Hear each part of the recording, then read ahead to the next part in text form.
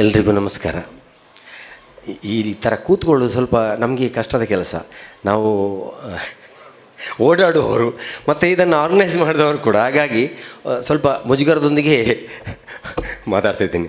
ನೀವು ಉರುಳು ನಾಟಕದ ಒಂದು ಕ್ಲಿಪ್ಪಿಂಗ್ ನೋಡಿದ್ರಿ, ಭಾಳ ಹೆಂಗಾಗಿದ್ದೆ ಆಗ.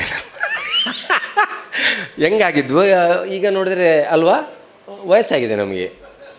ಎನಿವೆ, ಹೌದು 96 97 ಹಾಗೆ ಉಳಿಯುವುದಿಲ್ಲ. ಹೌದು,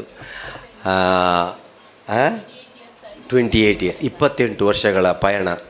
ಅದರಲ್ಲಿ ಸುಮಾರು 24 ವರ್ಷಗಳಷ್ಟು, ಕಾಲು ಶತಮಾನ ಸುವರ್ಣರೊಟ್ಟಿಗಿನ ನಮ್ಮ ಬಾಂಧವ್ಯ ಸಂಬಂಧ. ಈಗಾಗಲೇ ನಮ್ಮ ಮಲ್ಲೂರು ಸಾಹೇಬರು ಉರುಳು ನಾಟಕದ ಮತ್ತು ಕೋರ್ಟ್ ಮಾರ್ಷಲ್ ನಾಟಕಗಳ ಬಗ್ಗೆ ಮಾತಾಡಿದರು. ಉರುಳು ನಾಟಕದ ಬಗ್ಗೆ ಹೇಳಬೇಕಾದ್ರೆ, ಅವರು BP ರೈಸ್ ಆಗಿ ಆಸ್ಪತ್ರೆಗೆ ಹೋದರು. ಉರುಳು ನಾಟಕದ ರೀಡಿಂಗ್ ಶುರು ಆದಮೇಲೆ ನಾನು ಆಸ್ಪತ್ರೆಗೆ ಹೋದದ್ದು ಸತ್ಯ. ಅದರ ನಂತರ ಇನ್ನೊಂದಾಯಿತು, ಆಸ್ಪತ್ರೆಯಿಂದ ಅವರು ಡಿಸ್ಚಾರ್ಜ್ ಆಗಿ ಬಂದರು. ಡಿಸ್ಚಾರ್ಜ್ ಆಗಿ ಬಂದಾಗ ನಾನು ಅವ್ರ ಮನೆಯಲ್ಲೇ ಇದ್ದೆ, ಪುನಃ ರೀಡಿಂಗಿಗೆ, ರಿಹರ್ಸಲ್ಗೆ. ಸೊ ಅಂಥ ಒಂದು ಏನು ಭಯಾನೋ ಅಥವಾ ಏನು ಗೊತ್ತಿಲ್ಲ, ಸುವರ್ಣರು ಅಂಥ ಒಂದು ಗಟ್ಟಿತನವನ್ನು ಅಥವಾ ಅಷ್ಟು ಪಾತ್ರಕ್ಕೆ ಬೇಕಾದಂಥ ಸಿದ್ಧತೆಯನ್ನು ಮಾಡಲಿಕ್ಕೆ ನಮಗೆ ಒಂದು ಅವಕಾಶವನ್ನು ಕೊಟ್ಟರು. ನಾಟಕ ಸುಮಾರು 4 ರಿಂದ 5 ತಿಂಗಳ ಕಾಲ ರಿಹರ್ಸಲ್ ನಡೆದಿದೆ. ನಾರ್ಮಲಿ ನಾವು 1 ತಿಂಗಳಿಗಿಂತ ಹೆಚ್ಚು ನಾಟಕ ರಿಹರ್ಸಲ್ ಮಾಡಿದ್ದು ಕಡಿಮೆ. ಈಗ ನಾನು ನನ್ನ ಭಾಗ್ಯ ಅಂತ ಹೇಳಬೇಕು, ಪ್ರಸನ್ನ ಇರ್ಬೋದು, BV ಕಾರಂತರು ಇರ್ಬೋದು, ಕನ್ಹಯ್ಯಲಾಲ್ ಇರ್ಬೋದು, ಬಾದಲ್ ಸರ್ಕಾರ್ ಇರ್ಬೋದು, ಹೀಗೆ ಒಳ್ಳೆ ನಿರ್ದೇಶಕರ ಜೊತೆ ಕೆಲಸ, R ನಾಗೇಶ್ ಇಂಥವ್ರ ಜೊತೆ ಕೆಲಸ ಮಾಡುವಂಥ ಒಂದು ನಮಗೆ ಯೋಗ ಸಿಕ್ಕಿತ್ತು. ಆದರೆ ಸುವರ್ಣರ ಜೊತೆ ವರ್ಕ್ ಮಾಡುವಂಥ ಅದು ಅನುಭವವೇ ಬೇರೆ. ಯಾಕೆಂದರೆ ಮಾತುಗಾರಿಕೆ, ಸಂಭಾಷಣೆಯಲ್ಲಿ ಅವರು ಸ್ಪೆಷಲಿಸ್ಟ್, ಅವ್ರು ಸ್ಪೀಚಲ್ಲೇ ಸ್ಪೆಷಲಿಸ್ಟ್ ಅವರು. ಸೊ ಆದ್ದರಿಂದ ಒಂದು ಸಂಭಾಷಣೆಯನ್ನು ಒಪ್ಪಿಸುವಂತಹ ಏನು ವೈಖರಿ ಇದೆ, ಅದನ್ನು ನಾವು ಕರಗತ ಮಾಡಿಕೊಂಡಿದ್ದು ಸುವರ್ಣರಿಂದ ಅಂತ ಹೇಳಬೇಕು. ಯಾಕಂದರೆ ಅದಕ್ಕಿಂತ ಮುಂಚೆ ನಮಗೆ ಅದರ ಬಗ್ಗೆ ಹೆಚ್ಚು ಮಾಹಿತಿ ಇರಲಿಲ್ವೋ ಅಥವಾ ನಮ್ಮಲ್ಲಿ ಅಷ್ಟು ಶಕ್ತಿ ಇರಲಿಲ್ಲ ಅದನ್ನು ತೊಗೊಳ್ಬಾರ್ದು. ಬಟ್ ಸುವರ್ಣರು ನಮಗೆ ಆ ಸ್ಪೀಚ್ ಬಗ್ಗೆ, ಸ್ಪೆಷಲಿ ಸ್ಪೀಚ್ ಮತ್ತು ಮೂಮೆಂಟ್ ಬಗ್ಗೆ ಅವರು ನಮಗೆ ನೀಡಿದಂತಹ ಒಂದು ತರಬೇತಿ ಇದೆ, ಅದು ನಮ್ಮ ನಂತರದ ಎಲ್ಲ ನಾಟಕಗಳಿಗೆ ಕೂಡ ಅದೊಂದು ಬುನಾದಿ ಆಯಿತು ಅಂತ ಹೇಳಬೇಕು. ಉರುಳು ನಾಟಕದ ಪ್ರದರ್ಶನಕ್ಕೆ ಆಲ್ಮೋಸ್ಟ್ ಹತ್ತಿರ ಬರ್ತಾ ಇದ್ದಾಗ ಸುದೇಶ್ ಮಹಾನ್ ಬೆಳಿಗ್ಗೆ ಬಂದಿದ್ದರು. ಅವರು ಅದಕ್ಕೆ ಸೆಟ್ ಡಿಸೈನ್ ಮಾಡಿದರು. ಎಲ್ಲ ಕಡೆ ಸೆಟ್ ಕೆಲಸ ಆಗ್ತಾಯಿದೆ, ಎಲ್ಲರೂ ದುಡಿತಾ ಇದ್ದಾರೆ ಈ ನಾಟಕಕ್ಕೋಸ್ಕರ. ನಾವು ಈ 2-3 ಜನ ಈ ನಾಟಕವನ್ನು 2 ಗಂಟೆ ಹೇಗೆ ನಿಲ್ಲಿಸೋದನ್ನೋ ಒಂದು ಭಯ ಎಷ್ಟು ಕಾಡಿತ್ತು ಅಂದರೆ ನನಗೆ. ನಾನು ಕೊನೆಯ 4 ದಿನಗಳಲ್ಲಿ ನಾನು ಒಂದು ಅರ್ಧ ಗಂಟೆ ಕೂಡ ನಿದ್ದೆ ಮಾಡಿಲ್ಲ. ಒಂಥರ ಹುಚ್ಚನಾಗಿ ಆಗಿದ್ದೆ. ನಾಳೆ ನಾಟಕ ಆಗ್ತದೋ ಇಲ್ವೋ ಅನ್ನೋ ಮಟ್ಟಕ್ಕೆ ಮಾನಸಿಕವಾಗಿ ಒಂದು ಭಯ ಕಾಡಿತ್ತು. ಆದರೆ ಒಮ್ಮೆ ಯಾವಾಗ ನಾಟಕ ಶುರುವಾಯಿತು, ಆ ನಾಟಕ ಸಾಂಗವಾಗಿ ನಡೆಯಿತು ಮತ್ತು ತುಂಬ ಜನರಿಗೆ ತುಂಬ ಇಷ್ಟ ಆಯಿತು. ಆ ನಂತರ ಈ ನಾಟಕ ಮುಂಬೈ, ಬೆಂಗಳೂರು, ಧಾರವಾಡ ಹೀಗೆ ಕರ್ನಾಟಕದ ಬೇರೆ ಬೇರೆ ಕಡೆಗಳಲ್ಲಿ ಯಶಸ್ವಿ ಪ್ರದರ್ಶನಗಳನ್ನು ಕಂಡಿತು. ಸೊ ಉರುಳು ನಾಟಕ ನಮ್ಮ ಜೀವನದ ಒಂದು ಪ್ರಮುಖ ಘಟ್ಟ, ನಮ್ಮ ರಂಗಭೂಮಿಯ ನಮ್ಮ ಚಟುವಟಿಕೆಯಲ್ಲಿ ಅದೊಂದು ಪ್ರಮುಖ ಘಟ್ಟ ಅಂತ ನಾನು ಭಾವಿಸ್ತೇನೆ. ಇದಕ್ಕೆ ಕಾರಣಕರ್ತರಾದ ಸದಾನಂದ ಸುವರ್ಣವರು ನಮಗೆ ಯಾವಾಗಲೂ ಚಿರಸ್ಮರಣೀಯರು. ನಂತರದ ನಾಟಕ ತಗೊಂಡಿದ್ದು ಅವರು ಹೇಳಿದ ಹಾಗೆ ಕೋರ್ಟ್ ಮಾರ್ಷಲ್. ಈ ಕೋರ್ಟ್ ಮಾರ್ಷಲ್ ನಾಟಕ ತೆಗೆದುಕೊಳ್ಳೋಕ್ಕೆ ಮುಖ್ಯ ಕಾರಣ ಇಲ್ಲಿ ನಮ್ಮ IK ಬಳ್ಳುವಾರ್ ಅವರು ಬಂದಿದ್ದಾರೆ. ಅವರು ಆವಾಗ ಹೊಸ ನಾಟಕಗಳನ್ನ ಓದಿ ನಮಗೆ ಹೇಳ್ತಾರೆ, ಇಂಥ ಹೊಸ ನಾಟಕ ಬಂದಿದೆ, ಓದಿದ್ದೀರಾ ಅಂತ. ಈ ಕೋರ್ಟ್ ಮಾರ್ಷಲ್ ನಾಟಕವನ್ನು ನಾನು ಕೊಟ್ಟು, ಇದನ್ನು ಓದಿ ಸಾಧ್ಯ ಆದರೆ ನೀವು ನಾಟಕನ ಯಾಕೆ ಮಾಡಬಾರ್ದು ಅಂತ ಹೇಳಿದಾಗ ಅದನ್ನು ನಾನು ಓದಿ ಕೋರ್ಟ್ ಮಾರ್ಷಲ್ ಮತ್ತು ಸುವರ್ಣರಿಗೆ ಕೊಟ್ಟೆ. ಸುವರ್ಣರಿಗೆ ಭಾಳ ಖುಷಿಯಾಯಿತು. ಅಂದರೆ ಸುವರ್ಣರ ಹೆಚ್ಚಿನ ಯಾವುದೇ ನಾಟಕಗಳನ್ನು ನೋಡಿಅಥವಾ ಸಿನಿಮಾಗಳನ್ನು ನೋಡಿದ್ರೆ ಅದರಲ್ಲೊಂದು ರೋಚಕತೆ ಅನ್ನೋದು ಅದರ ಪ್ರಮುಖ ಪಾತ್ರ ವಹಿಸ್ತದೆ. ಒಂಥರ ಅದರಲ್ಲಿ ಥ್ರಿಲ್ ಇರಬೇಕು, ಅದೇ ಸಸ್ಪೆನ್ಸ್ ಇರಬೇಕು, ಒಂಥರ ಆ್ಯಕ್ಷನ್ ಓರಿಯೆಂಟೆಡ್ ಆಗಿರಬೇಕು ಅನ್ನೋದು ಅವ್ರ ಹೆಚ್ಚಿನ ನಾಟಕಗಳಲ್ಲಿ ಕಾಣ್ಬೋದು. ಅವ್ರ ಹಿಂದಿನ ನಾಟಕಗಳಲ್ಲಿ ಕೂಡ ಅಂಥದ್ದೇ ಇದ್ದದ್ದು. ಸೊ ಕೋರ್ಟ್ ಮಾರ್ಷಲ್ ನಾಟಕ ಅವರಿಗೆ ತುಂಬ ಇಷ್ಟ ಆಯಿತು. ನಾಟಕ ರೀಡಿಂಗ್ ಸ್ಟಾರ್ಟ್ ಆಯಿತು. ಅದು ಕೂಡ ಸುಮಾರು 6 ತಿಂಗಳುಗಳ ಕಾಲ ರಿಹರ್ಸಲ್ ನಡೆದಿದೆ. ಆದರೆ ಅದರಲ್ಲಿ ನಡೆಯುವಂಥ ಅದರ ಮೂಮೆಂಟ್ಸು, ಅದರ ಬಗ್ಗೆ ಒಂದು ಸಂಶೋಧನೆ ನಡೆದಿದೆ. ಕೋರ್ಟ್ ಮಾರ್ಷಲ್ ಆ್ಯಕ್ಚುಲಿ ಸಿವಿಲಿಯನ್ಸ್ಗೆ ನಮಗೆ ಕೋರ್ಟ್ ಮಾರ್ಷಲ್ ಅಂದರೆ ಏನಂತ ಗೊತ್ತಿರಲ್ಲ. ನಮಗೆ ನೋಡೋ ಅವಕಾಶ ಕೂಡ ಇರೋದಿಲ್ಲ. ಸೊ ನಾವು ಅದಕ್ಕೆ ಇಲ್ಲಿ ಪಾಂಡೇಶ್ವರದಲ್ಲಿ 18th ಬೆಟಾಲಿಯನ್ ಮಿಲಿಟರಿ ಅವ್ರದ್ದು ಒಂದು ಬೆಟಾಲಿಯನ್ ಇತ್ತು.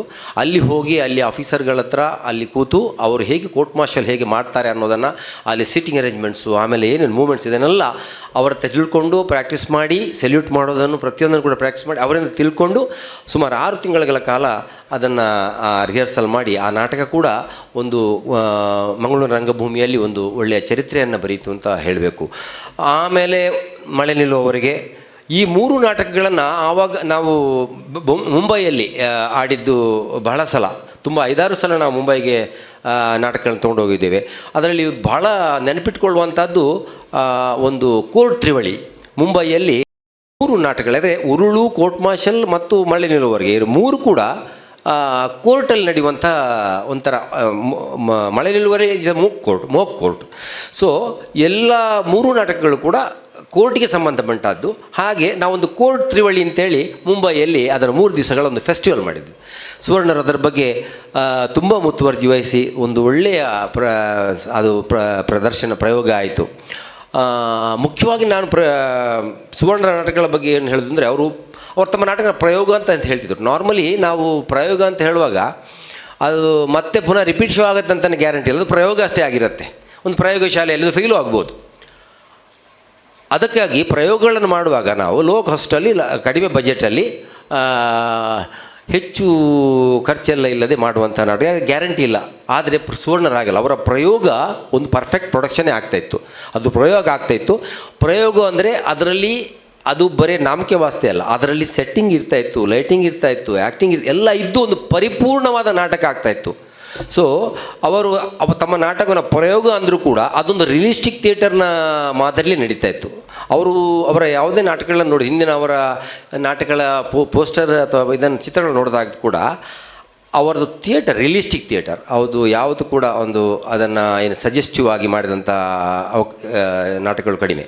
ಉದಾಹರಣೆಗೆ ಈಗ ಅವರು ಉರುಳು ನಾಟಕವನ್ನು ಒಂದು ಪ್ರಾಯೋಗಿಕ ನಾಟಕ ಅಂತ ಹೇಳಿದ್ರು ಕೂಡ ಅದನ್ನು ರಿಯಲಿಸ್ಟಿಕ್ ಆಗಿ ಮಾಡಿದರು. ಅದಕ್ಕೆ ಬೇಕಾದಂಥ ಸೆಟ್ಟನ್ನು ಕಡಿಮೆ ಮಾಡಲಿಲ್ಲ ಅವರು ಯಾವುದು ಕೂಡ.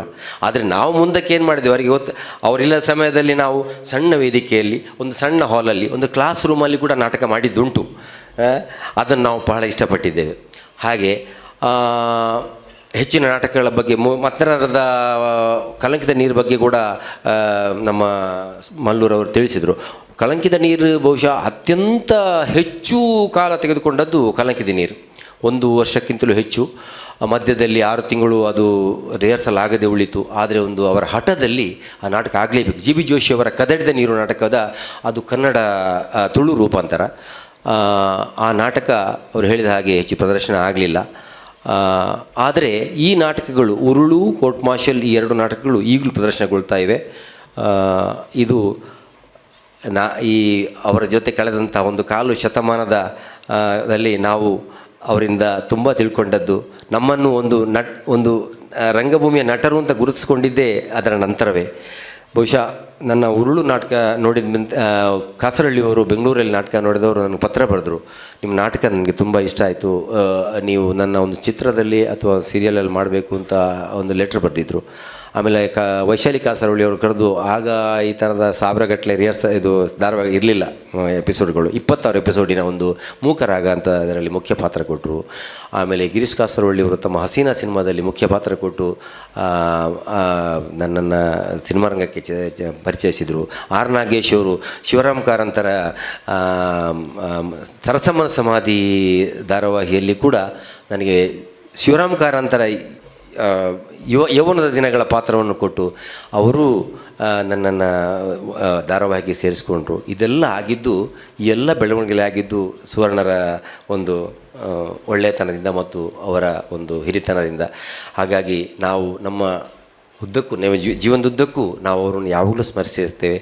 ಇವತ್ತಿನ ಈ ಒಂದು ಕಾರ್ಯಕ್ರಮ ನಾವು ಇಷ್ಟು ಒಂದು ಸಭೆಯಲ್ಲಿ ಆಗ್ತದೆ ಅಂತ ಅಂದ್ಕೊಂಡಿಲ್ಲ. ಮಳೆ ಬೆಳಿಗ್ಗೆ ಜೋರಿತ್ತು, ಆದರೂ ಎಷ್ಟು ದೊಡ್ಡ ಸಂಖ್ಯೆಯಲ್ಲಿ ಬಂದಿದ್ದೀರಿ, ತುಂಬ ಧನ್ಯವಾದಗಳು.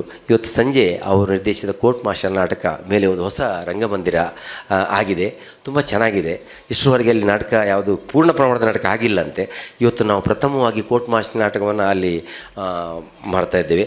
ದಯವಿಟ್ಟು ತಾವೆಲ್ಲರೂ ಬರಬೇಕು, ಆ ನಾಟಕವನ್ನು ವೀಕ್ಷಿಸಬೇಕು. ಈ ನಾಟಕಕ್ಕೆ 20 ವರ್ಷ ಆಯಿತು.